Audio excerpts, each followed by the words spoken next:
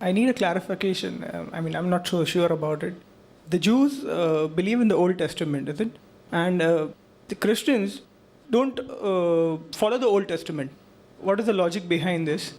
And can you explain, why they don't consider the Old Testament important, and is the New Testament that they take into consideration? Well, the Jews stick on to the Old Testament. The Buddha is saying the Jews stick on to the Old Testament. The Christians, they're supposed to follow the Old Testament. Why do they only stick on to the New Testament? Brother, just as I outlined, the Bible is in two parts, the Old Testament, New Testament. Old Testament deals with the lifestyles of the prophets that came before Jesus Christ, peace be upon him. New Testament, it starts the life of Jesus, peace be upon him, and about his apostles and all. So there are two divisions.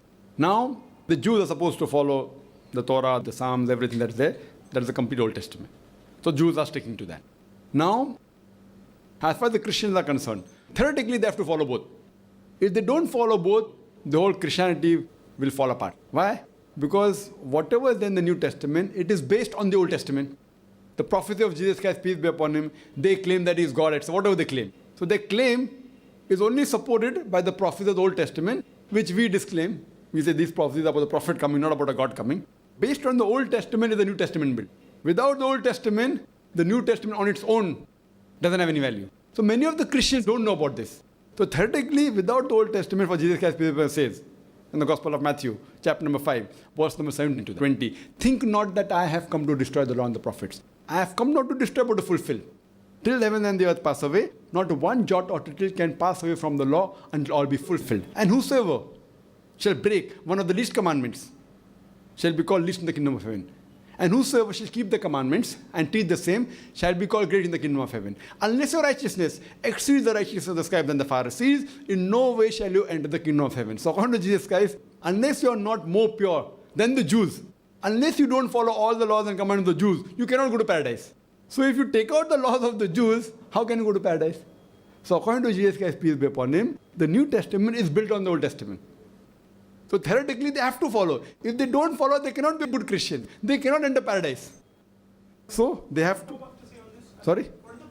No, they have to say theoretically. But practically, when we argue with them and prove to them that from the Old Testament, we come to know about the prophets of Muhammad, no, we don't follow the Old Testament. These people who don't have much knowledge, but a knowledgeable person cannot say that. Because if they don't follow the Old Testament, the New Testament itself carries no weight. Because if the New Testament says that you have to follow what is there in the law of the Musa alayhi salam. Read Gospel of Matthew, Gospel of John, Gospel of all these Gospels, what Jesus Christ said, that it has been said of the old times. Thou shalt not commit adultery, but I say unto you. So what has been said of the old times? Something Jesus Christ has made his own statements. But as a whole, he said that you have to follow each and every law of the Old Testament. If you break one jot or tittle, you shall not enter Jannah. So if you don't have that law, how can you follow? So theoretically and practically, they have to follow, but they don't do it.